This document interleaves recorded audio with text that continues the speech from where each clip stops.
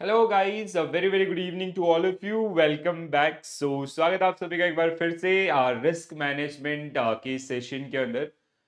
जहाँ पे एक सेशन हम लोगों ने कल किया था और बहुत सारे क्वेश्चंस आपका डिस्कस किए थे। आज फिर से एक और सेशन हम लोग आपका करेंगे based on risk management and we will continue these particular sessions till your examination. I hope आप लोग इनमें एक्टिवली पार्टिसिपेट कर रहे होंगे, ठीक है।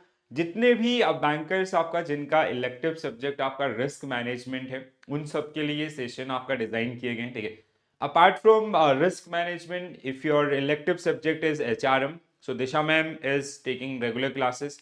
और आज से आपको central banking and rural banking की क्लासेस भी आपका मिलना स्टार्ट हो जाएंगे, ठीक है। जो भी आपका इलेक्टिव सब्जेक्ट है apart from IT and dB, उसके अलावा सारे सब्जेक्ट की क्लासेस जो आपको यहाँ पे देखने के लिए मिलेंगे, ठीक है।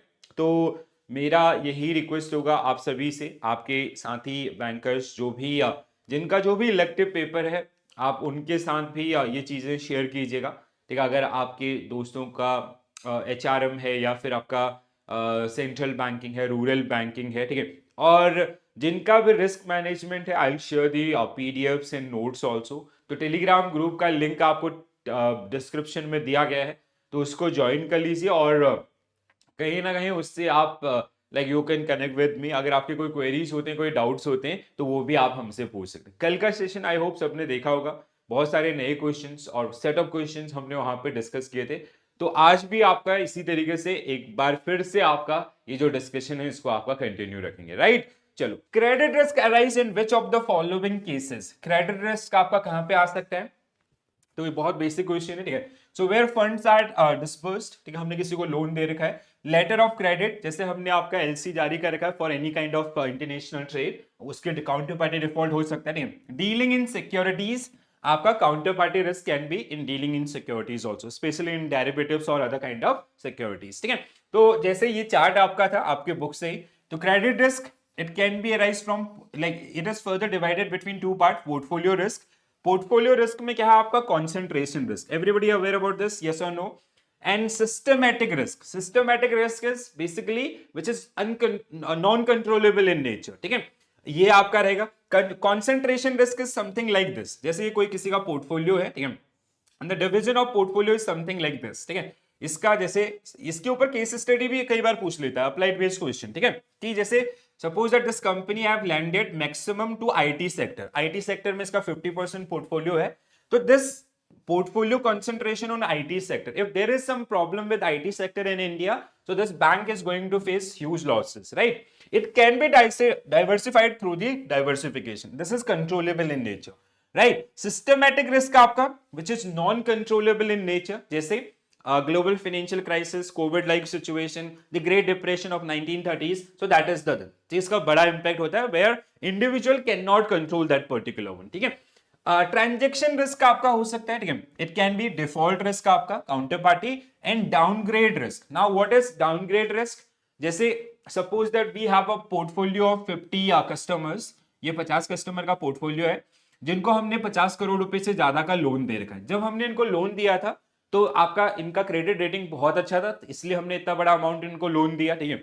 बाद में जब हमने एलआरएम किया, लोन रिव्यू मैकेनिज्म हमने इनके ऊपर रन किया कंटिन्यूअस बेसिस पे, there are suppose that 5 borrowers जिनकी रेटिंग आपका पहले से आपका डाउनग्रेड होने लग गई। अब रेटिंग डाउनग्रेड होने का मतलब है कि कहीं ना कहीं उनकी क्रेडिट वर्दीनेस आपका वीक हो रही है, उनकी फाइनेंशियल हेल्थ आपका कमजोर हो रही है, so that will increase the loss probability in the bank also, ठीक है। चलो आगे बढ़ते हैं। What is the object? हाँ, एलआरएम का ही क्वेश्चन आ गया अगला, ठीक है। लोन रिव्यू मैकेनिज्म, तो लोन रिव्यू मैकेनिज्म का ऑब्जेक्टिव्स क्या क्या होते हैं, ये तो आप लोग भी करते होंगे। आप में से बहुत सारे कैंडिडेट जो ब्रांच को पूरा हैंडल करते होंगे, तो ब्रांच लेवल पे भी होता है, ठीक है। So to evaluate portfolio quality and isolate potential problematic areas, बिल्कुल सही। To provide information for determining adequacy of loan losses provisions, ठीक है। तो अगर कोई आ रहा है तो इसमें आपका प्रोविजनिंग मेंटेन है या नहीं है। To promptly identify loans which develop credit weakness and initiate timely corrective action, so these all are generally part of this particular one, right? Understood? आगे बढ़ते हैं, next one. Credit derivatives again बहुत important area है, ठीक है। So you can expect one question based on this. Last year का question आपका TRS इन CDS के बीच में ही था। सीडीएस इनमें सबसे ज्यादा इंपॉर्टेंट है, ठीक है। सो 4 बिलियन यूएस डॉलर का मार्केट इसका हो चुका है, इसको भी क्रॉस कर चुका है ये, ठीक है। अभी और ज्यादा बढ़ेगा, इंडिया में अभी धीरे धीरे आ रहा है। तो जो भी इमर्जिंग फाइनेंशियल सॉल्यूशंस है ना, दे आर वेरी इंपॉर्टेंट, ठीक है। मॉड्यूल बेस्ड एग्जामिनेशन में वो सबसे ज्यादा आपका पूछे जाते हैं, ठीक है। So I hope everybody is aware about this, ठीक है। अब देखो देखो क्या होता है, अगर हम लोग बात करें क्रेडिट डिफॉल्ट स्वैप का, सीडीएस आपका, जैसे स्वैप समझते हैं ना, swap is basically it's a kind of derivative, it's a type of derivatives, ठीक है। तो जहां पे स्वैप डेरिवेटिव के अंदर क्या होता है generally, where two parties they are exchanging their position for fixed to floating और floating to fixed आपका, इस तरीके से। सो देखो यहाँ पे क्या होता है, जैसे suppose that in case of CDS credit default swap, जैसे suppose that there is a bank called ABC bank, जिसने कस्टमर्स को आपका लोन दिया, ठीक है। Suppose that they lended money to company X, company X को इन्होंने आपका 50 करोड़ रुपए का लोन दिया based on their credit profiling and everything, ठीक है।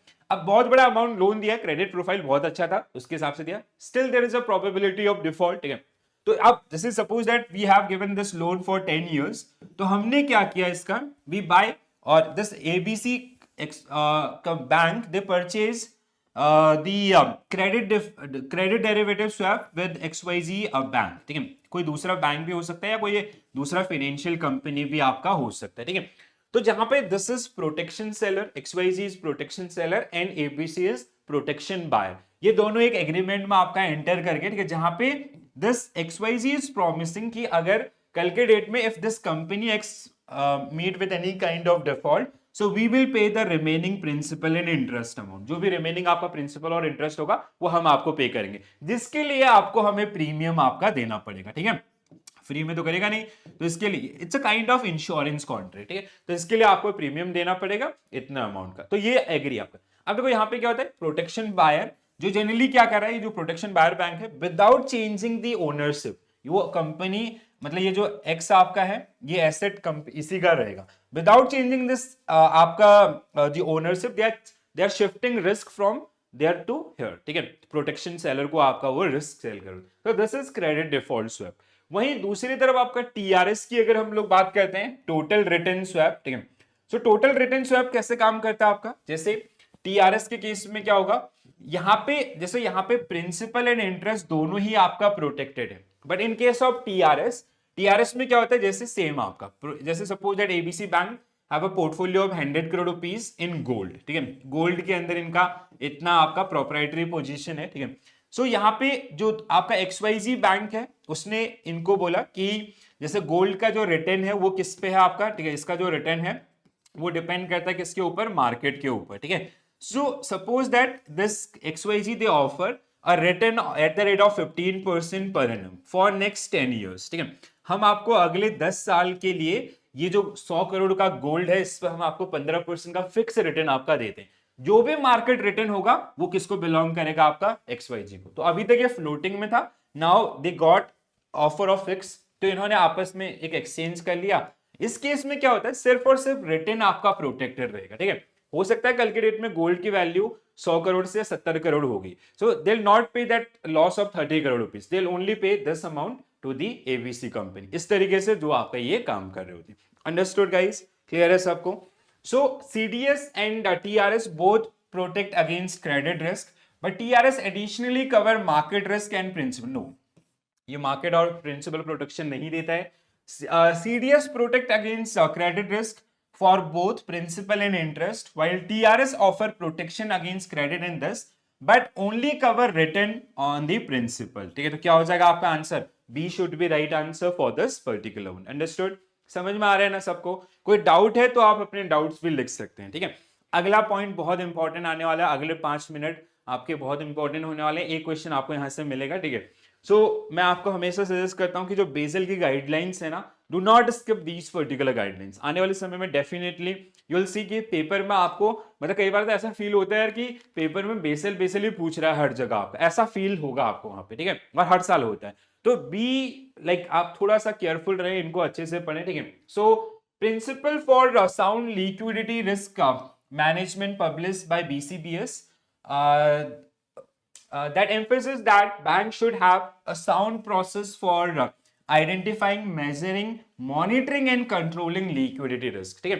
तो देयर इज अ लाइक ये सेम आपका post global financial crisis in 2008, 8 मतलब सितंबर 8। तो बीसीबीएस के द्वारा जो ग्लोबल फाइनेंशियल क्राइसिस हुआ था उसके बाद to manage liquidity risk they have release 13 principal, जिसमें से प्रिंसिपल 5 आपका, ठीक है। यहां पे अगर आप गेस वर्क करोगे तो ज्यादातर लोग आपका प्रिंसिपल 1 सोच रहे होंगे, ऐसा नहीं है।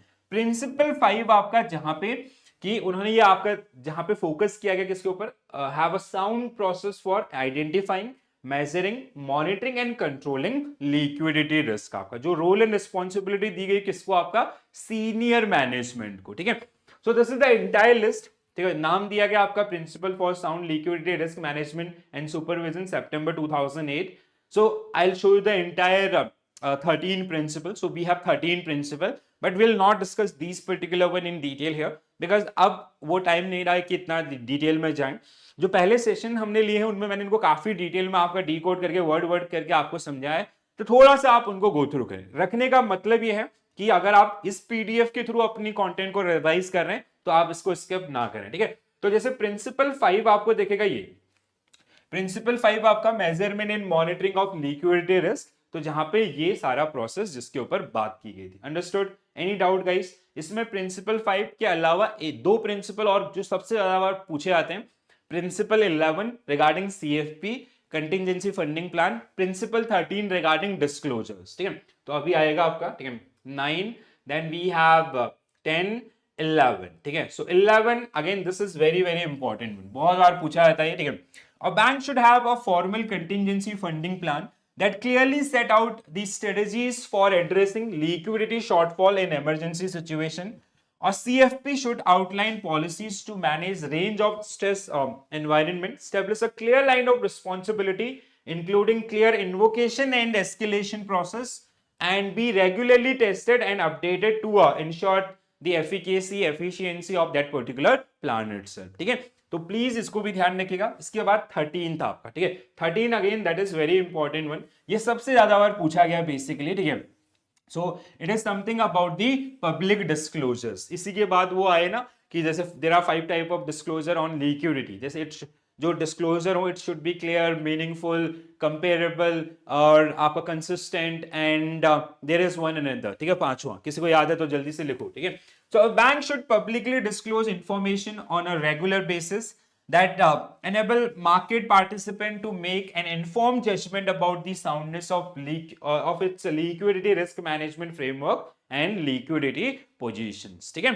तो ये आपका जो इसमें रहेंगे। Next one, which of the following is not an internal factor that may potentially lead liquidity risk problem in a bank? Again very very important one।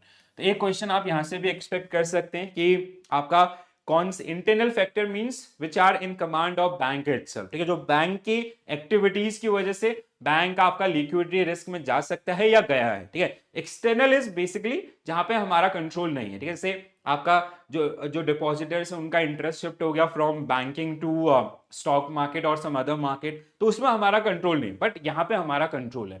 तो इसमें से कौन सा ऐसा फैक्टर है that can be a reason for the liquidity risk in any bank profile? So high off balance sheet exposures, it is internal. Off balance sheet exposure means like guarantee work like LC and others. A negative gap in maturity asset of assets and liabilities, again it is internal. ये आपका internal है, ये भी internal है, ठीक है। Very sensitive financial market depositor, no, this is external, ठीक है। ये आपका क्या है, external reason है।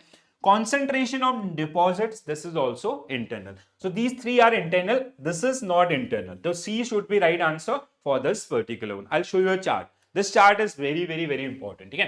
तो ये सभी के लिए बहुत इंपॉर्टेंट है guys, please pay your attention, ध्यान से सुनिएगा। तो अगर हम लोग बात करें यहाँ पे इंटरनल बैंकिंग फैक्टर एंड यहाँ पे आपका एक्सटर्नल बैंकिंग फैक्टर्स, आपका दोनों ही जिसमें आपका दिए हैं, ठीक है। सो इंटरनल की अगर हम लोग बात करें, high of balance sheet exposure, कोई पॉइंट नहीं समझ में आएगा प्लीज डू मेंशन, ठीक है।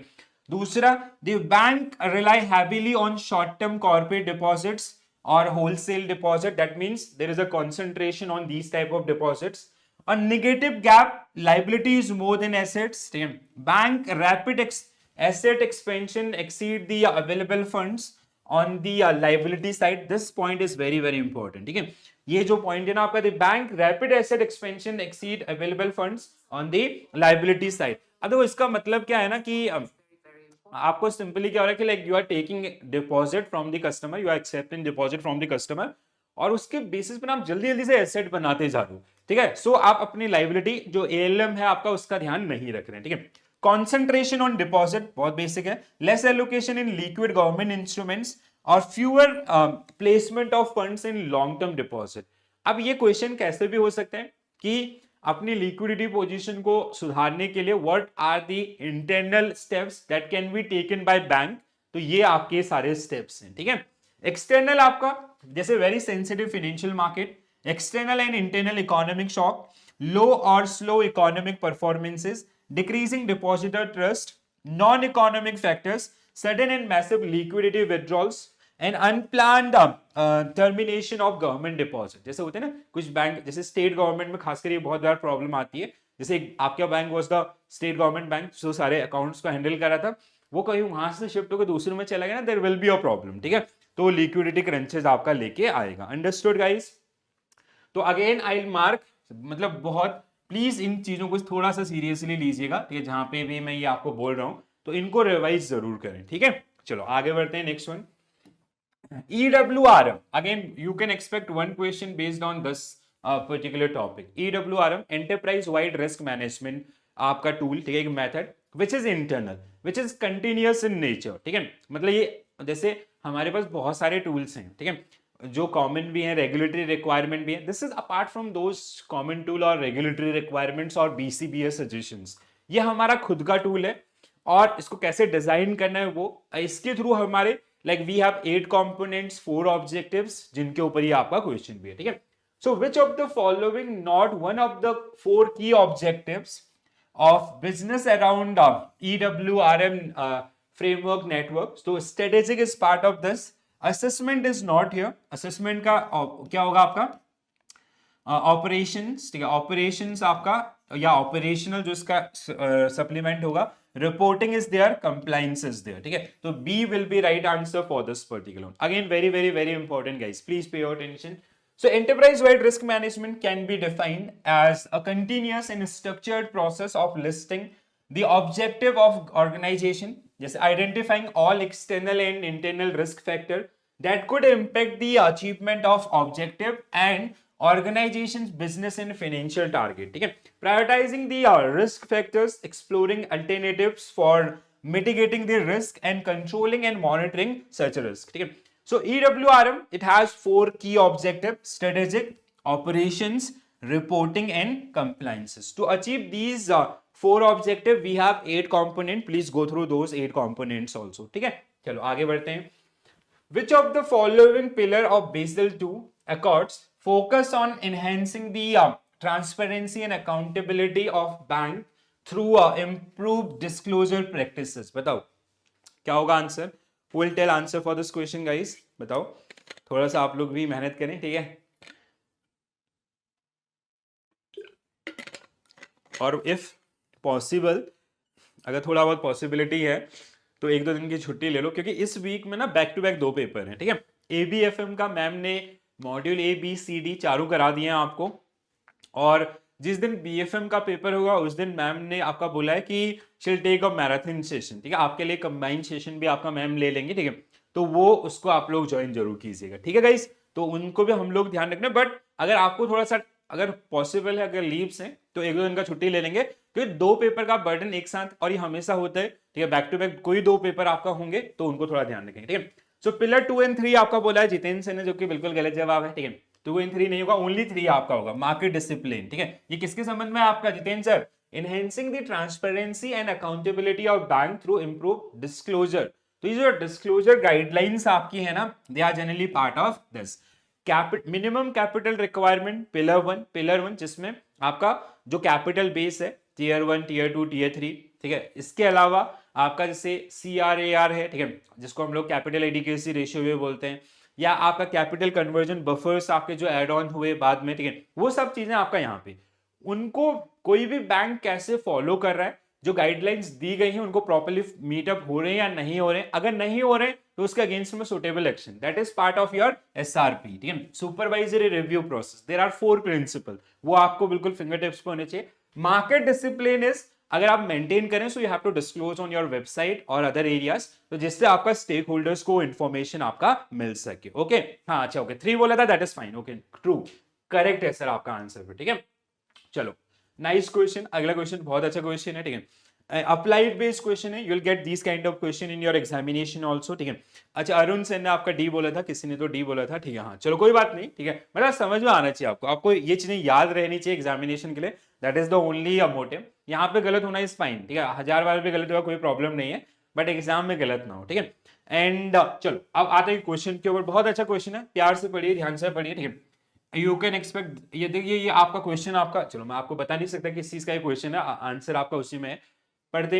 A bank has extended a loan of 5 crore rupees in accordance with the corporate policy, and the loan is to be repaid in equal quarterly installments with a 1 year moratorium period of 5 years, ठीक है। तो हमने एक asset create किया है bank के लिए, कितने समय के लिए, 5 years के लिए, which include 1 year moratorium period, ठीक है। The funding of loan is to be done from a deposit of 3 years, ये हमने आपका बोरो किया था, ठीक है, हमारी जो लाइबिलिटी आपकी थी, जो बोरो किया था हमने किससे, ठीक है, लाइबिलिटी आपका जिसको हम लोग बोलते हैं, ठीक है, लाइबिलिटी आपका हमने लिया कितने समय के लिए, आपका कितने अमाउंट का लोन है, 5 करोड़ का, ठीक, 5 year 5 crore, and we have taken this liability 5 crore rupees का हमने डिपॉजिट एक्सेप्ट किए थे कस्टमर से, कितने समय के लिए आपका, 3 साल के लिए, ठीक है, 3 years के लिए आपका। The funding of the loan is to be done, so deposit this BPLR 10% and loan carries a interest of 1%, ठीक है, and deposit have taken at 6%। तो ये लोन हमने कितने परसेंट पे लिया है, 6% पे, और ये आपका है बेंचमार्क लिंक, ठीक है, BPLR प्लस आपका 1%, and BPLR is how much, 10%, ठीक है। तो हमारा जो 11% पे इसका लैंडिंग होता है। Initially what was your NII, हमारा जो एनआईआई था, ठीक है, नेट इंटरेस्ट इनकम था, that was how much, 511 500 basis point, ठीक है, 500 बेसिस पॉइंट का हमारा क्या था इसमें एनआईआई था। अब प्रॉब्लम क्या है, there is a ALM, asset liability mismatch आपका है, मैच्योरिटी मिसमैच आपका इस केस में है, ठीक है। So at the end of 3rd year, तीसरे साल के एंड में जब हमें ये 5 करोड़ रुपए वापस करना होगा, so will be requiring funds. तो एक प्रॉब्लम क्या हो सकती है, this bank can face funding risk, एक तो ये आपका फंडिंग रिस्क फेस कर सकता है। फंडिंग रिस्क मींस आपका या तो ऐसा हो कि ये डिपॉजिट एक्सेप्ट नहीं कर पा रहा है, दूसरा क्या हो सकता है कि जब ये 3 साल के एंड में ना, 3 साल के एंड में जब ये फंड्स को आपका रेज कर रहा है, ठीक है, suppose that interest goes up to 10%, ठीक है, जैसे ये आप भी 6% है, 6 से 10 आ गए तो ये डायरेक्टली आपके एनआईआई को 100 बेसिस पॉइंट पे लेके आएगा अगले 2 साल के लिए, ये आपका हो सकता है। And this happened due to mismatch, ALM आपका जो प्रॉब्लम है that is ALM. So that's why option B will be right answer for this one. Very good, Arun sir, very good, and others also, ठीक है, हाँ, nice guys, clear है ना सबको, कोई डाउट है तो आप अपने डाउट लिखिए। तो इस तरीके से अप्लाइड आपका क्वेश्चन जो आपके रहेंगे। और एक और सजेशन मैं आप सभी को देना चाहूंगा कि अज्यूम कि this paper is for 1 hour 30 minutes, ठीक है, और ट्राई कि फर्स्ट 1 hour के अंदर 65 प्लस आपको अटेम्प्ट करनी है, ठीक है। तो क्योंकि देखो इनिशियली आपका कॉन्सेंट्रेशन लेवल बहुत हाई होता है, डिस्टर्बेंस जीरो होता है, 1 घंटे के बाद ना कुछ लोग जो बहुत एक्सपर्ट होंगे वो पेपर्स खत्म करके जाने लग जाएंगे, कुछ लोग आपका जो कुछ नहीं पढ़े फर्स्ट टाइम खाली देखने के लिए गए वो जाने लग जाएंगे, डिस्टर्बेंस होगा। एवरेज वाले जो लोग हैं ना, जिन्होंने थोड़ा पढ़ा भी है नहीं भी पढ़ा है, तो वो प्रॉब्लम वो डिस्टर्बेंस क्रिएट करता है। तो प्लीज इस तरीके से स्ट्रेटेजी बनेंगे, वो भी हेल्प करेगा। चलो आगे बढ़ते हैं। Enterprise wide risk management is, तो अब EWRM को अगर हमें डिफाइन करना है, so how will define, identification of all internal and external risk factor impacting the organization, true, a dynamic process that involve people at all and covers every aspect of organization resources and operation, a process limited to assessing market assessing risk factors related to financial objectives only, गलत है, a framework to drive initiative in risk management based on Basel and regulatory compliances, ये बात सही लिखी है नहीं, this is apart from this, Basel और ये तो मैंडेटरी हैं, ये तो रहेंगे हर जगह आपका, ठीक है, you can not skip them, ये तो मतलब रेगुलेटर के द्वारा आपको दिए गए, दिस इज आवर ओन, ये हमारा खुद का है, तो यहाँ पे ये चीज आपका नहीं रहेगा, ठीक है।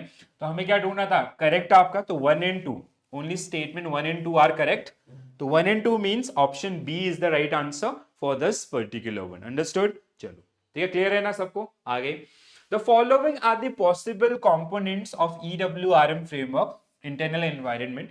अब देखो ये है ना, ये क्वेश्चन का चांसेस कम है, बट मेरा आइडिया ये है कि मैं आपको ये देखो, इन्होंने करेक्ट क्रोनोलॉजिकल ऑर्डर में आपको इसको डिफाइन करने के लिए बोला है। There are 8 component 4 business objective, ठीक है। So being an organization we use those 8 components to achieve 4 objectives, ठीक है, ये हमने पढ़ा अभी।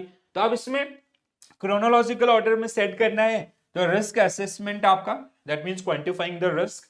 मॉनिटरिंग आपका जो लास्ट 8th पोजीशन पे आता है, ठीक है, 8 नंबर पे होता है, ठीक है। इवेंट आइडेंटिफिकेशन, और तीसरा आपका कंट्रोल एक्टिविटी। तो इनमें से अगर हम इनको लाइन अप करेंगे, सबसे पहले identification, then will go for assessment, ठीक है। जैसे एक नॉर्मल प्रोसीजर भी होता है ना, आपका risk identification, then quantifying the risk, measurement, then आपका प्राइसिंग, देन आपका control and monitoring, and then आपका मिटिगेशन, ये पूरा प्रोसेस चलता है। तो इसमें हम लोग आपका third one I will keep this control, and fourth one I will keep this, ठीक है।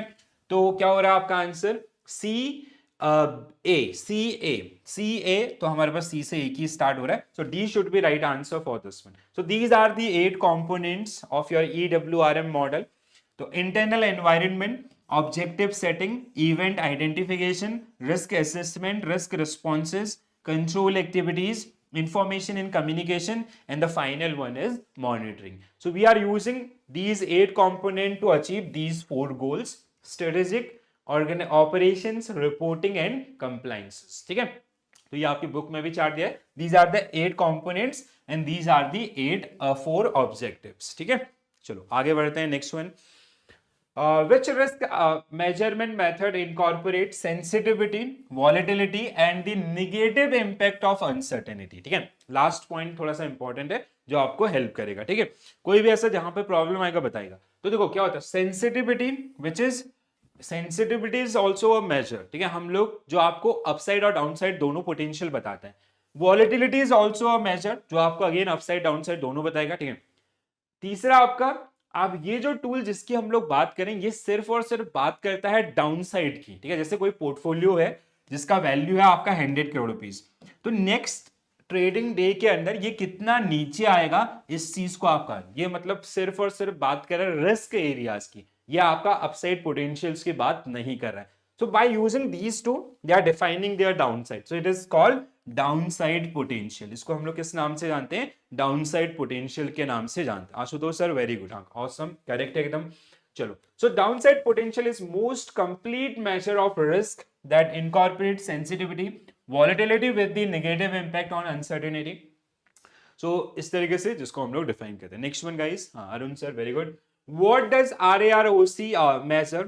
अब इस क्वेश्चन का आंसर आप लोग बताएंगे। I will take a water break, ठीक है। तो अब इस क्वेश्चन का आंसर बताओ, क्योंकि मैंने आपको एक्सप्लेन कर दिया है, ठीक है, जल्दी से बताएं।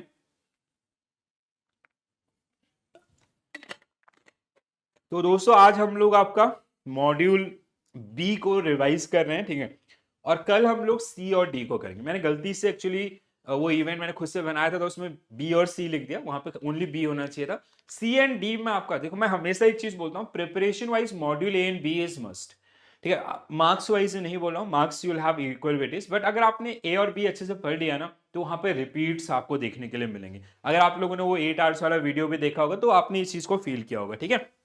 चलो बताओ क्या होगा, बिल्कुल सही।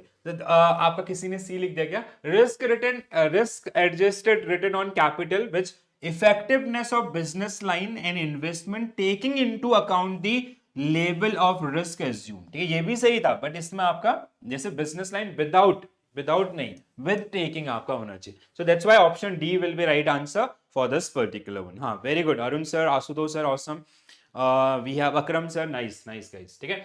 According to the presented content, which of the following quantitative indicator of risk can be used to evaluate interest rate risk in a bank loan and deposit portfolio? Bank loan and deposit portfolio, ठीक है। So interest rate risk को आपका evaluate करने के लिए what we'll use sensitivity analysis, ठीक है। So sensitivity analysis will be most appropriate, yes. So sensitivity analysis It entails assessing how responsive earning, market value, or other target variables are to interest rate fluctuations.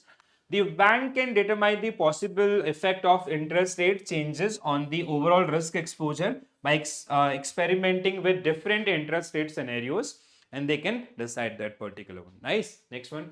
Which ratio intend to provide enough cash to cover funding needs over 30 period of stress time duration? बताओ क्या होगा answer? बहुत basic और बहुत important है, ठीक है. So आई मैं हमेशा इसको रिकमेंड करता हूँ, ये दोनों रेशियो, ठीक है, एक जैसे ये है और दूसरा, मतलब ये दो रेशियोज आपका LCR एंड आपका 10, ठीक है, बहुत बार पूछे जाते हैं, मतलब हर साल कभी ये पूछता है कभी ये पूछ लेता है, और इतना बेसिक कॉन्सेप्ट है, आप एक बार पढ़ लेंगे समझ लें. मतलब दिस इज दीज रेशियोज आपका जनरली इनको डिफाइन, जैसे एक 15 में आया था, एक 18 में आया था, इनको बनाने का पीछे का रीजन यही था कि बैंक दिल हैव एडिशनल कैपिटल, कि अगर कोई भी ऐसा स्ट्रेसफुल सिचुएशन आपका आता है ना, ठीक है, situation like global financial crisis और एनी अदर, ठीक है, तो स्ट्रेसफुल सिचुएशन मींस अनएक्सपेक्टेड चीज आपका हो जाए, ठीक है, तो उसके लिए at least will have enough money in our hands so we can pay off the 30 calendar days liabilities, ठीक है, मतलब हमारे पास इतना पैसा हो एटलीस्ट कि अगले 30 दिनों तक हम लोग क्या कर सकें, आपका जो हमारी लाइबिलिटीज है उनको हम लोग पे ऑफ कर सकें. And it is assume that कि within 30 calendar days we can come out from that particular problem, उसका हम लोग अल्टरनेट ढूंढ सकते हैं, ठीक है. So it is known as LCR, ठीक है, liquidity coverage ratio. B will be right answer for this one. Very good. So how we calculate LCR? So LCR equal to, it is high quality liquid asset or it is unencumbered high quality liquid asset divided by net cash outflow in 30 calendar days, इस तरीके से हम लोग, and your ratio should be greater than equal to 100%. तो आपको कई बार वो ratio calculate करने के लिए भी दे सकता है, या कई बार वो आपको सिंपली इस तरीके से भी इसको पूछ सकता है, ठीक है. हाँ, आर्क ने आपको बिल्कुल करेक्ट आंसर दिया था इसका, कुछ लोगों ने आंसर देके डिलीट भी किया, नो प्रॉब्लम, ठीक है. समझ में आया ना सबको? चलो अगला क्वेश्चन. ये मॉड्यूल ए का क्वेश्चन आ गया, no worries, will solve this one. Global bank is a well established foreign bank that has recently established an IBU in IFSC. The bank is keen on conducting lending activities through its IFSC banking unit, but need to adhere the exposure ceiling guidelines set by the IFSC. ठीक है. Global Bank want to extend a term loan to company X, which is a single borrower. If Global Bank tier 1 capital is 100 million US dollar, what is the maximum permissible exposure as per the IFSC guidelines? Who will tell the answer? बताओ, जो इसका answer देगा मतलब उसने मेरा पहला वाला session देख लिया, ठीक है, ये मैं आपका मान के चलूंगा. और अगर आप लोग आंसर करेंगे थोड़ा सा खुशी भी होगी यार कि इतना मेहनत कर रहे हैं, ठीक है. So apart from our regular job, तो हमने कुछ अलग से आपका ये प्लान किया, ठीक है. पहले ये हम लोगों का कोर वर्क होता था, तो अभी हमने इसको सेकेंडरी बनाया, ठीक है. हमने कहा चलो इसको सेकेंडरी बनाते हैं, कोर कुछ और करते हैं, और इस तरीके से हम लोग बढ़िया से कुछ करते हैं कि मजा आ जाएगा, मतलब जितने भी बैंकर्स हैं उनके प्रॉब्लम्स का सॉल्यूशन हम लोग उनको प्रोवाइड कर सकें. Very good Ashutosh sir, awesome. तो देखो, guidelines are linked with the tier 1 capital of parent banks. IFSC के गाइडलाइंस है. For single borrower exposure limit is 5% of tier 1 capital of parent banks, ठीक है, ये आपको ध्यान रखना है. And for group borrowers it is 10% of tier 1 capital of parent bank. अब company X is a single borrower and tier 1 capital of this ABC bank, global bank is how much? 100 million. तो आपका answer क्या हो जाएगा? 5 million US dollar. Awesome. चलो, बहुत अच्छा लगता है आप लोग अगर सही आंसर्स करते हैं ऐसे, तो ठीक है, नाइस गाइस, ठीक है, ऑसम. तो जैसे अकरम सर ने आंसर किया है, आप अभिषेक सर के आंसर थोड़ा सा लेट आ रहे, नो प्रॉब्लम. चलो आगे बढ़ते हैं. The risk of settlement that arise from time differences is known as. तो देयर वाज अ बैंक, उस बैंक के नाम पे ही इसको दिया गया. जर्मनी फ्रैंकफर्ट से एक बैंक आपका था, ठीक है, जो टाइम जोन सेटलमेंट के दौरान आपका लिक्विडेट कर दिया गया जर्मन रेगुलेटर के द्वारा. और यहीं से शुरुआत होती है आपका BCBS की, Basel committee on banking supervision, ठीक है. तो जब वो प्रॉब्लम हुआ ना, तो उसके लिए हम गए BCBS के पास. उसने 5 कोर आपका कमेटीज बनाई जो आज के डेट में परमानेंट कमेटीज हैं आपका बीसीबीएस की। तो इसको हम लोग जैसे अभी जितेंद्र सर ने स्टार्टिंग में बोला भी था ये, ठीक है, दैट इज कॉल्ड हर्स्टेड रिस्क। ठीक है, इसको हम लोग किस नाम से जानते हैं? हर्स्टेड रिस्क के नाम से आपका जानते हैं। So there was a bank named Herstatt in Germany, ठीक है, जिसको डॉलर्स में पेमेंट करनी थी। अब ये अलग अलग टाइम जोन है, जैसे अभी इंडिया में मार्केट बंद है, कहीं पे खुला होगा, ठीक है, तो अभी तो थोड़ा सा तब भी जो आपका वैल्यू डेट या सेटलमेंट डेट है वो बहुत छोटे हो गए हैं, मतलब spot is T+2 and forward can be any time. ठीक है, अब यहाँ पे उसमें क्या, जिस थोड़ा लंबा समय होता था, जिस टाइम ड्यूरेशन में उसको पेमेंट करनी थी, उस दौरान जर्मन जो रेगुलेटर था उन्होंने उसको लिक्विडेट, बैंक बंद हो गया, तो बहुत सारे नुकसान हुए। तो उस प्रॉब्लम का उसके बाद बीसीबीएस का आपका निर्माण किया गया बीआईएस के द्वारा। ठीक है, in 1996 BCBS published an amendments in 1988 Basel Accords to provide explicit capital cuisine for the price risk to which bank are exposed, particularly those arising from the trading activities, which risk was included in 1996, sorry, ठीक है, 1996 amendments. ठीक है, 1996 के अंदर ये amendments आपका किया गया था। कौन सा रिस्क ऐड किया गया था? तो जनरली ये किसके ऊपर होता है? जो वार है आपका, ठीक है, value at risk method use करेंगे, आधा आपको यहां से समझ में आ जाना चाहिए। ट्रेडिंग पोर्टफोलियो है, वहां से भी हिंट मिल जाना चाहिए। दूसरा, जो 6 मंथ का एवरेज वार है, ठीक है, so average war of 6 month, वो, ठीक है, उसका 3 गुना हम लोगों ने आपका सेट कर दिया। ठीक है, ये आपको मेंटेन करना होगा। सो दिस इज मार्केट रिस्क। ठीक है, कौन सा रिस्क आपका इंक्लूड किया गया था? बेसल 1 के अंदर। बेसल 1 1988 के अंदर आया, एवरीबॉडी नोस अबाउट दिस। ठीक है, तो 1996 के अंदर आपका there was one amendments in Basel accords 1 and we there is a inclusion of market risk. ठीक है, तो मार्केट रिस्क जिसको आपका इंक्लूड किया गया। तो जिनको नहीं पता है ना, प्लीज डू रिमेंबर दिस, बहुत इंपॉर्टेंट फैक्ट है आपका ये, बहुत ज्यादा पूछा जाता है। An important aspect of market risk amendments was that bank were for the first time allowed to use internal model, value at risk model as a basis for the measuring their this. ठीक है, चलो next one guys. हम Shahanshah Malik sir, very very good evening sir. So according to 1996, हाँ हाँ मैंने 6 month बोल दिया था, 60 डेज होना चाहिए था, 2 मंथ था आपका I guess. According to 1996 amendment to the Basel accords, which factor determine capital charge for bank using proprietary model to measure the market risk? ठीक है, तो हम लोग क्या करेंगे, एवरेज, आपका इसका जो करेक्ट आंसर होगा that is option D, higher of the previous day war.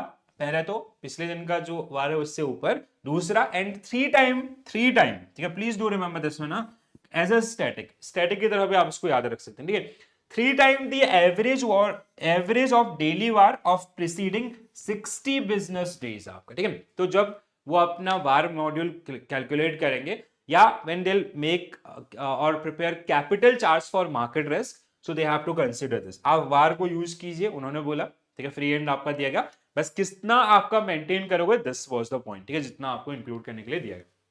Managing credit risk also involve which of these process. ठीक है, क्रेडिट रिस्क कैसे मैनेज कर सकते हैं? तो 4 पॉइंट प्रोसेस आपको याद होगा ना सबको, ये तो रट गया होगा सबको। ठीक है, तो आपका risk identification, what is the problem, ठीक है, क्या क्या अनसर्टेनिटीज हम लोग फेस करने वाले हैं, then quantifying that particular risk कि उसकी वजह से कितना नुकसान होगा, दैट इज कॉल्ड मेजरमेंट। तीसरा आपका monitoring and control, and fourth one is your mitigation plan. ठीक है, सो रिस्क मिटिगेशन, तो identification, measurement, monitoring, control, and fourth one क्या रहेगा आपका? मिटिगेशन। तो ये आपका जो पूरा प्रोसेस रहेगा। ठीक है, ये बिल्कुल आपके फिंगर टिप्स पे होना चाहिए। तो जैसे आप लोगों ने जब रिस्क मैनेजमेंट फ्रेमवर्क, अगर आप इसको पढ़ेंगे ना, रिस्क मैनेजमेंट फ्रेमवर्क को आपका, तो इसमें आपका जो प्रोसेस है that is defined something like this. ठीक है, इस तरीके से आपका रहेगा all the 4 type of risk के अंदर। ठीक है, दूसरा आपका जो ऑर्गेनाइजेशनल स्ट्रक्चर है दैट विल रिमेन सेम। ठीक है, आपका बोर्ड ऑफ डायरेक्टर्स, देन आपका रिस्क मैनेजमेंट कमेटी एल्को, देन आपका जो अलग अलग कमेटीज हैं, credit risk management committee, operational risk management committee, market risk and liquidity, उनके नीचे टास्क ग्रुप एंड सब ग्रुप्स आपका। ठीक है, चलो अगला, विच of the following strategies involve the bank transferring credit risk without transferring the loan itself? अब ये आंसर सबका आना चाहिए। ठीक है, ये अभी कुछ देर पहले मैंने आपको एक्सप्लेन किया है, कौन बताएगा सबसे पहले?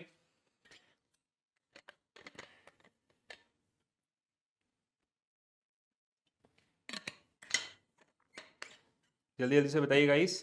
ठीक है, क्या होगा इस क्वेश्चन का आंसर? अभी कुछ देर पहले बताया था ना, bank ABC who entered into a contract with swap contract with XYZ bank. ठीक है, तो जहां पे उसने क्या किया था, उसका प्रोटेक्शन बायर किया था XYZ से। सो जहां पे एबीसी ने आपका without transferring the asset they transfer the risk. ठीक है, that is called arranging the credit default swap आपका। ठीक है, so it is a case of credit default swap. Very good guys, awesome, और बहुत बढ़िया। ठीक है, which of the following action contribute to credit control and monitoring at portfolio level in banking system? ठीक है, तो क्या हो सकता है? Conducting quarterly review of individual borrowers, नहीं। Implementing the implementing credit risk model immediately upon no setting exposure limit for specific industries based on historical data. This can be focusing solely on non performing loan. देखो ये बाकी ये जो है ना, ये क्या है आपके इंडिविजुअल लेवल पे बात करें, हम लोग बात करें पोर्टफोलियो लेवल पे। ठीक है, सो पोर्टफोलियो लेवल के लिए C will be the suitable one, कि जो अलग अलग इंडस्ट्रीज में हमारा कहीं ना कहीं जो पोर्टफोलियोज बने हैं, तो उनके exposures that will help you to design your portfolio itself, right? Nice, next one. In the context of LRM, which of the following is not one of the main objective of conducting LRM? LRM के ऊपर एक question जरूर मिलेगा guys, और mostly it will be applied based question. ठीक है, applied based question आपको देखने के लिए मिल सकता है यहाँ पे। तो क्या होगा answer? Promptly identify loan with credit weakness and indicate initiate corrective action, sorry correct है आपका, to assess the adequacy of loan provisions. ठीक है, to evaluate the qualification of, no, this is not the part of this. ठीक है, so to provide top management with information on credit administration and risk. ठीक है, तो आपका C is not part of this particular process itself. ठीक है, तो ये आपका these are the part of process. ठीक है, से promptly identify, we already discussed this, evaluate portfolio quality and isolate potential problem, to provide information for determining adequacy of loan loss provisions, to assess the adequacy of and adherence to loan policies and procedures, and monitor compliances with relevant law and regulation, to provide information to top management for corrective actions, right? Next one, credit risk mitigation strategies aimed to, जो credit risk management आपकी जो policy strategies होती है उनका क्या M होता है? ठीक है, eliminate all type of risk within a portfolio, shift credit risk exclusively to third party, achieve risk reduction at both transaction and portfolio level, exclusively focus on diversification through the credit derivative. ठीक है, I will go with this. अब ये question कैसे मिलेंगे आपको? B आपका CIB में use कर रहे हैं वो वर्ड, जैसे जेआईबी में ना there was a line, find out the most appropriate. ठीक है, अब इसमें से आप और भी हो सकते हैं, ऐसा नहीं है। ठीक है, दे कैन बी, हम थर्ड पार्टी का भी यूज कर सकते हैं by using credit derivative, but सबसे ज्यादा अप्रोप्रिएट आपका कौन सा स्टेटमेंट होगा? So that kind of question जहां पे आपको ये इस तरीके से मिल सकता है। Which of the following is responsibility of risk management committee? Risk management committee का रिस्पॉन्सिबिलिटी यहाँ पे आपका है। ठीक है, सो रिस्क मैनेजमेंट कमेटी जो सीक्वेंस है वो कैसा है? बोर्ड ऑफ डायरेक्टर्स आपके हैं। ठीक है, then we have asset liability committee. ठीक है, then we have risk management committee, इसके नीचे आएंगे आपका credit risk management committee, then आपका operational risk management committee, liquidity risk management committee and market risk management committee. ठीक है, तो ये जो रिस्क मैनेजमेंट कमेटी है, ये एक तो वेट देता है कि हमारे बैंक के अंदर अगर 100 करोड़ रुपए का रिस्क एसेट है, तो उसमें से सबसे ज्यादा कंट्रीब्यूशन कौन से टाइप ऑफ रिस्क का है? जैसे क्रेडिट रिस्क का सबसे ज्यादा कंट्रीब्यूशन होता है, जैसे suppose that, then market risk and liquidity risk, operational risk का सबसे कम होता है यूजुअली। ठीक है, इस तरीके से आपका रहेगा। तो ये सब जितने भी जैसे क्रेडिट रिस्क मैनेजमेंट के संबंध में पॉलिसी इनके द्वारा इनिशिएट की गई, that will be come to this, वो उसको फाइनलाइज करेगा, then they'll pass on to board of directors and they'll finally approve that one. Every policy is generally part of board approval policy, because eventually board of directors will responsible for any kind of loss which is bear by the bank. ठीक है, borne by the bank. ठीक है, so setting guidelines for market risk and reporting, it can be, ठीक है, अगर हम market risk के prospect में इसको देखते हैं, ठीक है, ensuring that the risk management process is within policy and even the limits and others, यहाँ पे लिखे भी आपके लिए, so these all will be right answer for this. Correct. Next one, credit risk for of borrowers helped the bank in which of the following? ठीक है, तो credit sorry credit rating, not risk आपका, ठीक है, credit rating of borrowers, ठीक है।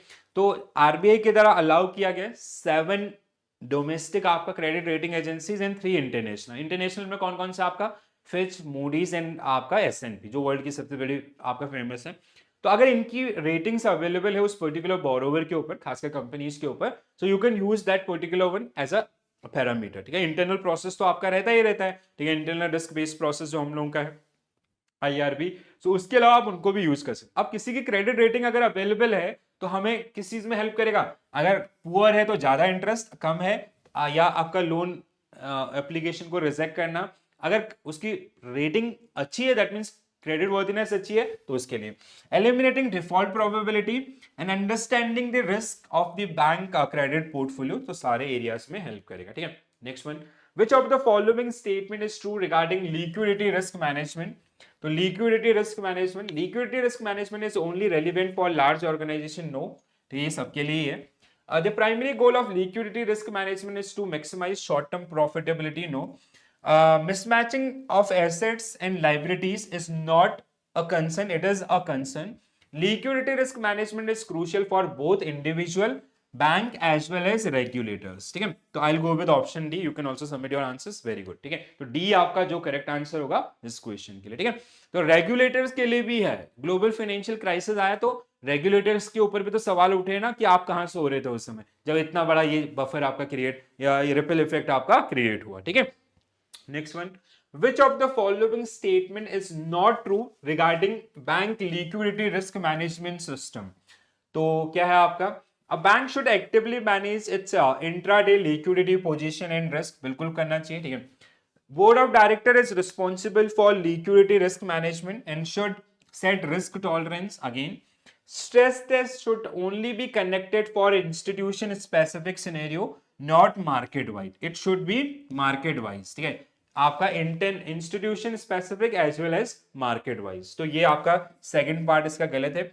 A bank should have a formal contingency funding plan to address liquidity shortfall in emergence, principle 11 जो हमने गाइडलाइंस अभी पढ़े थे, so this is also true। तो सी जो आपका इनकरेक्ट स्टेटमेंट है अपनी दूसरी लाइन के चलते हुए, ठीक है। चलो आगे बढ़ते हैं। Which of the following is true?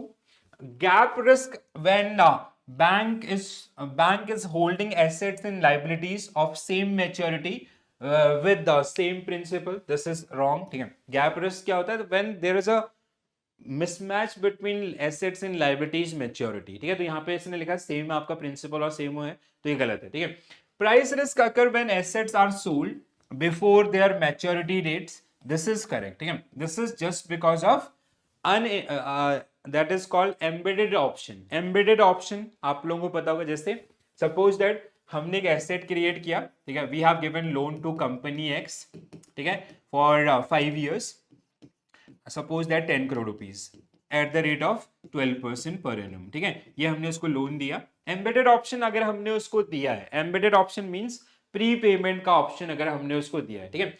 So suppose that there is a scenario after 2 years या after 1 year मार्केट में जो इंटरेस्ट रेट है they decline to 8%, ऐसा कुछ हुआ, लिक्विडिटी इतनी ज्यादा हुई कि इंटरेस्ट रेट आपका 8% पे आ गए। तो अगर इसके पास ऑप्शन होगा ना, व्हाट विल डू, वो यहां से यहां डेफिनेटली इसको प्री पेमेंट करेगा, यहां पे आ जाएगा। So that is embedded option. तो इसकी वजह से विल हैव अ लॉस, ठीक है, हमारा आपका एनआईआई क्या होगा, डिक्लाइन होगा, सो विल हैव प्राइसेस। या डिपॉजिट साइड भी, जैसे किसी कस्टमर से हमने आपका 10 करोड़ का डिपॉजिट लिया था एट द रेट ऑफ 6% पे, अगर मार्केट डिपॉजिट रेट इंक्रीज हो गया तो वो भी आपका क्या करेगा, they will also use that particular option, right. Next one, which of the following statement about stock approach and flow approach for measuring liquidity risk is true?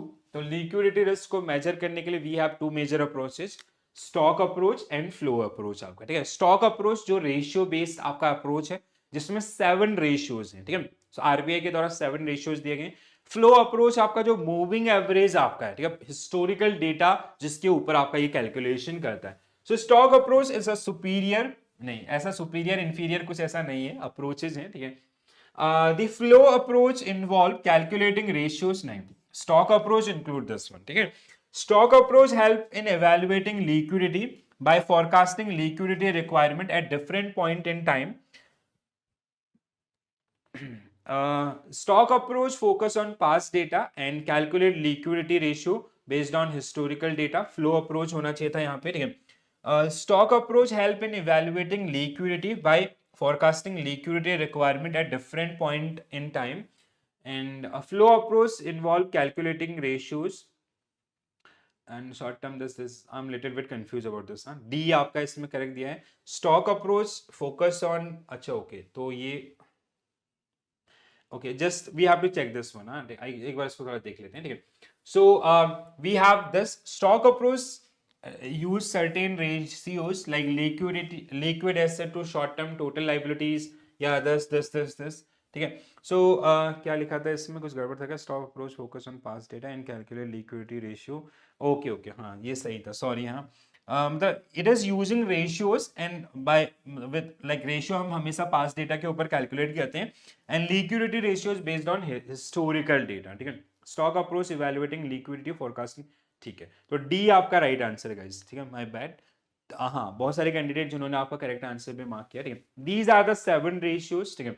Again ये आपका चार्ट थोड़ा सा इंपॉर्टेंट है आपके लिए, तो इनको थोड़ा सा गो थ्रू कीजिएगा, ठीक है. सो ये 7 रेशियोज और इंडस्ट्री एवरेज आपका दिया है. तो बैंक को basically like this is industry average and bank itself they will decide their benchmark, ठीक है. अपने लिए खुद का अपना बेंचमार्क डिसाइड करेंगे.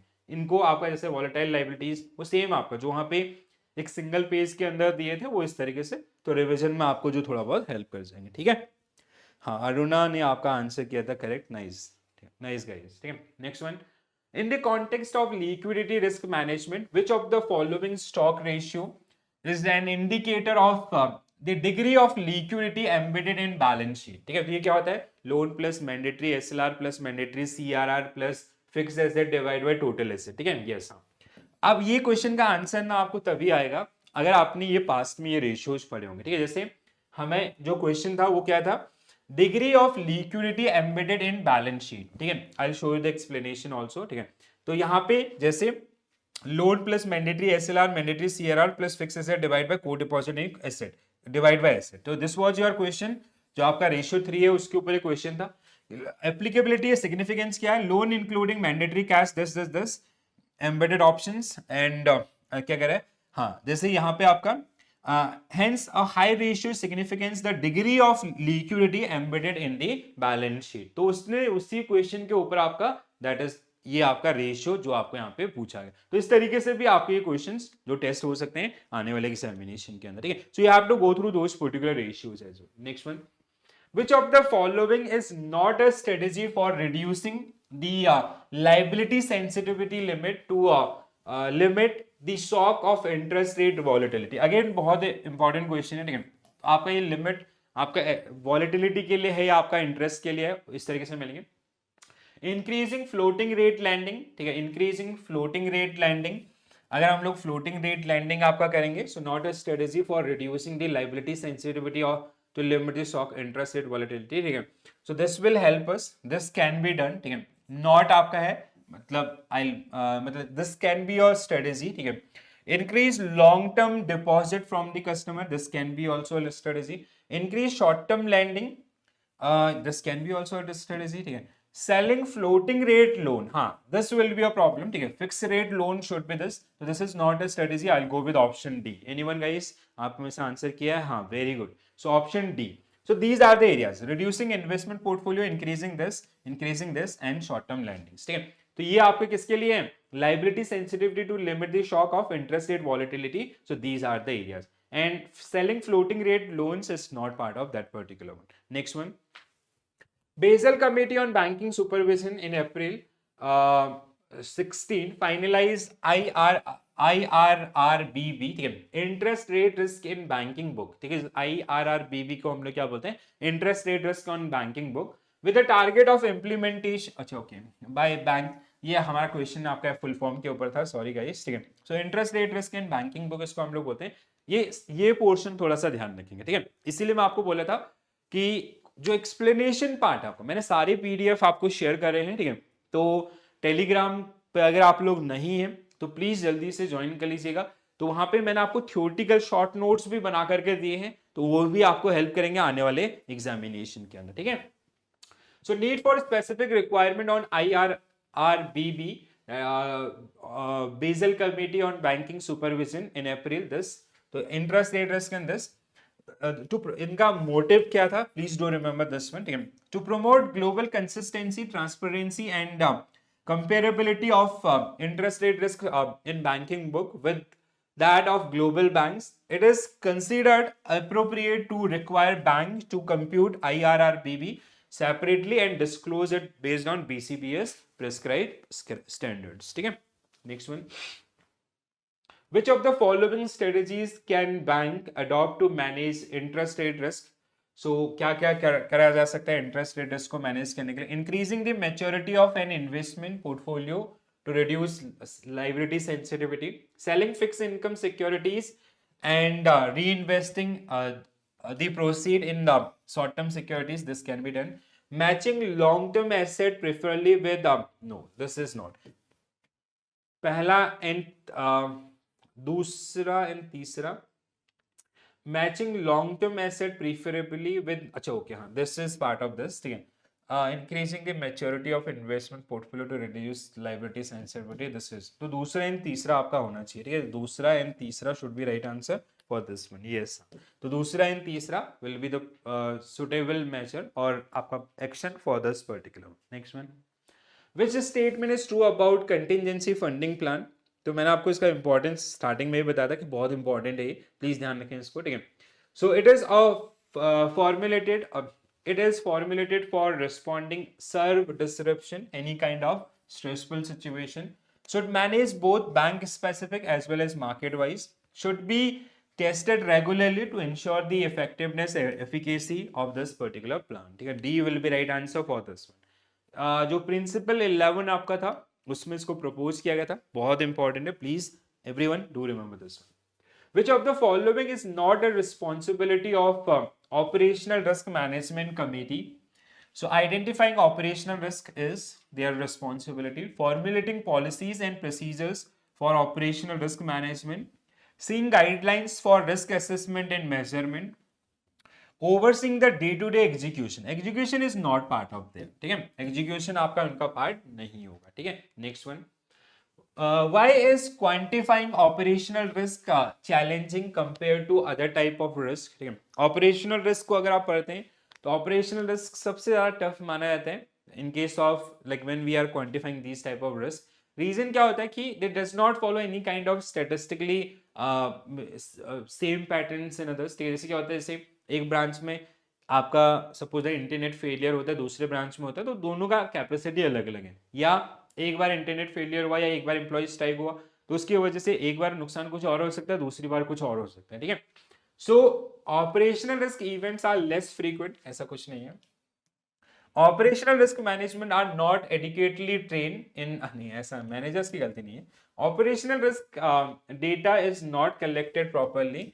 Operational risk does not follow statistically normal distribution pattern. हाँ, ये आपका this will be your answer for this, ठीक है. तो जनरली क्या होता है, लाइक BCBS के द्वारा अपने बेसल 2 एंड बेसल 3 जहां पे इसको इंट्रोड्यूस किया गया, और दोनों पेपर में उन्होंने ये चीज बात की कि this is very tough to quantify. Reason क्योंकि इनका जो पैटर्न है आपका वो थोड़ा सा क्या होता है, अलग अलग. Though we have different different approaches, जैसे आपका AMA approach, advance measurement approach सबसे ज्यादा यूज होता है, ठीक है, या लॉस डेटा आपका, या अदर्स जो भी आपके रहते हैं, ठीक है. These are the 3 approaches. ये अप्रोचेस बहुत important guys, I request to all of you please go through these one, ठीक है. एडवांस मेजरमेंट अप्रोच जो आपका अभी सबसे ज्यादा यूज होता है, ठीक है, सिंस 2018 और समथिंग, ठीक है. So basic indicator approach, standard approach and advance measurement approach, ठीक है. तो स्टैंडर्डाइज अप्रोच आपका जहां पे जो ग्रॉस इनकम है एंड जो बिजनेस लाइन है, ठीक है, we have these 8 business line, corporate finance, trading, retail. तो इन सब का सेगमेंट वाइज आपका कितना ग्रॉस इनकम है इनटू आपका जो भी आपका जो इंडस्ट्री एवरेज या जो आपका बीटा फैक्टर जो प्रोवाइड किया गया, ठीक है, which is categorise among 3 part. आपको 12%, 15%, 18%, जैसे रिटेल के लिए 12%, फॉर कॉर्पोरेट इट इज 18%. तो वो ध्यान भी रखेंगे थोड़ा सा, ठीक है. So gross income is a broad indicator that serve as a proxy for scale business operations. तो जैसे आपका these are the business line 1 to 8 and these are the beta, this is the beta factor. तो हमारा जो gross income है from business line 1 and आपका उसके लिए उतना परसेंट का you have to maintain the, और that is the capital charge for that particular one. ये पूछा भी गया था लास्ट ईयर, अगर आप में से किसी ने लास्ट ईयर का पेपर दिया होगा, ठीक है। एएमए सबसे ज्यादा आपका न्यू स्टैंडर्डाइज अप्रोच आपका, ठीक है, जहां पे जो कैलकुलेशन में आज के डेट में यूज होता है, ठीक है। So operational risk equal to business indicator component into internal loss multiplier, जिसके थ्रू हम लोग ये कैलकुलेशन करते हैं। सो ये थोड़ा सा एरिया है जिसको आप लोग थोड़ा सा रीड कीजिएगा, and that's will help you. And this bucket भी आपका बीआई बकेट 1 2 3, और किसमें कितना, एंड मार्जिनल कोएफिशिएंट कितने परसेंट का आपका लेके चलता है, और उस हिसाब से जो कैप ऑपरेशनल रिस्क का आपका जिसका डिटर्मिनेशन होता है, ठीक है। So please go through these particular one, revise these particular one, ठीक है। Next one, what is the maximum percentage of risk mitigation allowed under insurance for bank using AMA for operational risk? कितना percent होता है? So let's say if our operational risk is 100 crore rupees, so maximum 20% can be mitigated through the आपका insurance policies, ठीक है। तो insurance के through आप maximum कितना दिखा सकते हैं, 20% आपका, ठीक है। So maximum of 20% of total operational risk capital charge determined by the AMA by may be recognized as insurance mitigation. That means while calculating its capital charge for operational risk, a bank can use insurance to mitigate up to 20% of operational risk exposures, ठीक है। तो अगर 100 करोड़ है तो 20 करोड़ का हम insurance से दिखा सकते हैं मैक्स साइड, रेस्ट आपका जो अदर टूल्स होंगे उनके थ्रू, ठीक है। Next one, which of the following factor is critical requirement for migrating to advanced measurement approach for operational risk management, ठीक है। So developing a comprehensive external risk management framework, collecting quality loss data from various business line, and this utilizing key risk indicators as priority, focusing solely on B should be right answer for this one, yes। So आपका जो आपका quality loss data which include internal and external, that is the key parameters जिसके basis पे हम लोग आपका ये calculation करते हैं, ठीक है। Next one, it is recommended from April 2017, the Reserve Bank of India announced an integrated risk management strategy. Which of the following assertion best describe that approach?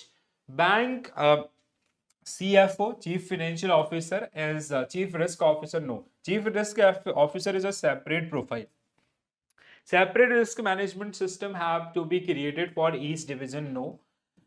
The credit sanction committee under the direction of the board of directors? Nahi. It will be part of CRO. This is also incorrect. The CRO is in charge of managing and directing the activities of risk management division. This is true. So only आपका option D will be right answer. So there is a new profile which was created by RBI, that is called CRO, Chief Risk Officer, जिसका सीधा आपका reporting जो bank के head हैं, chairman हो या CEO, उनके पास होती है, ठीक है। The function of the bank risk management department must be managed and coordinated by CRO. This suggested that CRO is in line with the integrated risk management strategy promoted by RBI, play a key role of supervising and managing different risk related operation in that particular bank itself, ठीक है। Next one, which of the following is emphasized by the Basel III operational risk management practices? तो अब देखो, ये जो operation basal 3 guidelines के अंदर ना एक चीज आपका, जैसे there are 11 principle, I hope आप लोगों ने वो पढ़े होंगे, ठीक है। सो जो मैंने आपका 8 आवर का जो वीडियो का कंपाइलेशन दिया था उसमें आपको कराया है, देयर आर 11, जैसे लिक्विडिटी रिस्क मैनेजमेंट के लिए आपका हमारे पास 13 प्रिंसिपल हैं, ठीक है। सुपरवाइजरी रिव्यू प्रोसेस के लिए 4 प्रिंसिपल है, वैसे ही ऑपरेशनल रिस्क मैनेजमेंट के लिए आपका 11 प्रिंसिपल है, ठीक है। उनमें आपका एक चीज जिसके ऊपर काफी ज्यादा फोकस किया गया, उन्होंने बोला कि आप गो फॉर परमानेंट सोल्यूशन, ठीक है। ये जो टेम्परेरी सोल्यूशन आप करते हो इसको इग्नोर करें, ठीक है। ऐसा ना, मतलब उन पे ज्यादा फोकस ना हो, focus should be permanent solution. तो क्वालिटेटिव आपका जो मेजर्स है ना, उनको ज्यादा यहाँ पे आपका जिनके ऊपर बात किया गया, ठीक है। सो हाँ, so qualitative standards will be right answer for this one, ठीक है। So sound practices for management of operational risk, there are 11 principles. I'll request to all of you, please go through this one, okay? So according to the text, adhering to the best practices is a requirement of Basel III, and these principles take on special significance when applied to bank. This implies that rather than concentrating just on meeting quantitative criteria or quick capital accumulation, Firm, notably bank, are required to adhere to establish qualitative rules and guidelines for controlling operational risk. कि जो problem है उसको हम लोग जड़ से क्या करते हैं, खत्म करते हैं आपका. ठीक है, next one. A bank fall under BI bucket and is required to disclose annual loss data for operational risk. However, they are uncertain about the minimum threshold for including a loss events in the data collection and calculation of average annual loss data. What is the minimum threshold for including loss event in data calculation and calculation of average annual loss as per RBI? So it is how much? 1 lakh and greater. ठीक है, तो 1 लाख या उससे ज्यादा का आपका रहेगा. Next one. A bank is working to establish a common risk measurement process across the entire organization as a part of integrated risk management. However, if bank is uncertain about the function and process encompasses, which of the following best describe the scope of risk management process that should be common across all whole organization? The process should only cover financial. नहीं, यहाँ आपका नहीं. The process should only be limited to credit risk. The process should encompass the identification, assessment, control, and financing of risk across all aspect of the organization. So C will be correctly right answer for this particular one, right? So this is it from my side guys for today's session. तो आज फिर से हमने बहुत सारे questions को आपका discuss किया. आई होप आप सबने इन सभी पॉइंटर्स को समझा होगा. Still if you have some queries, so you can mention your queries into the comment section or you can connect through the telegram group. ठीक है, थोड़ा सा आज हेल्थ इश्यूज आपके चल रहे थे, सो मैंने ये सेशन आपको रिकॉर्ड करके प्रोवाइड किया. ठीक है, सो एक बार आप इन दोनों सेशन को कंज्यूम कर लीजिए, इनका जो कंटेंट है. Then I will see you tomorrow. ठीक है, कल हम लोग फिर से एक और सेशन करेंगे. Till your examination will have number of session, so you will be prepare. ठीक है, सो मेरा सजेशन सभी को यही होगा कि बढ़िया से पढ़ते रहिए और ये लास्ट मतलब एफर्ट से आपका जुलाई 2024 एग्जामिनेशन के लिए. ठीक है, सो गिव योर बेस्ट. अगर आपने पास्ट में कोई पेपर क्लियर नहीं भी किया, कोई रह गया बाई चांस आपका, तो एटलीस्ट इलेक्टिव को क्लियर कर लेना अपना. ठीक है, तो अगले बार के लिए एक बर्डन आपका कम हो जाएगा. ठीक है, तो दोस्तों फिर से मिलते हैं आपका कल के सेशन में और फिर से हम लोग अपना जो डिस्कशन है उसको आपका कंटिन्यू करेंगे. आज के लिए इतना ही कहते हैं. And please do share this particular session with your friends also, those who are planning, those who are preparing for risk management. Even if you are preparing for some other like if your friends are preparing for HRM or central banking or rural banking, so you can refer this particular channel. Okay, so this is it from my side. Thank you for watching the session. Bye bye, take care all, have a nice day. Thank you.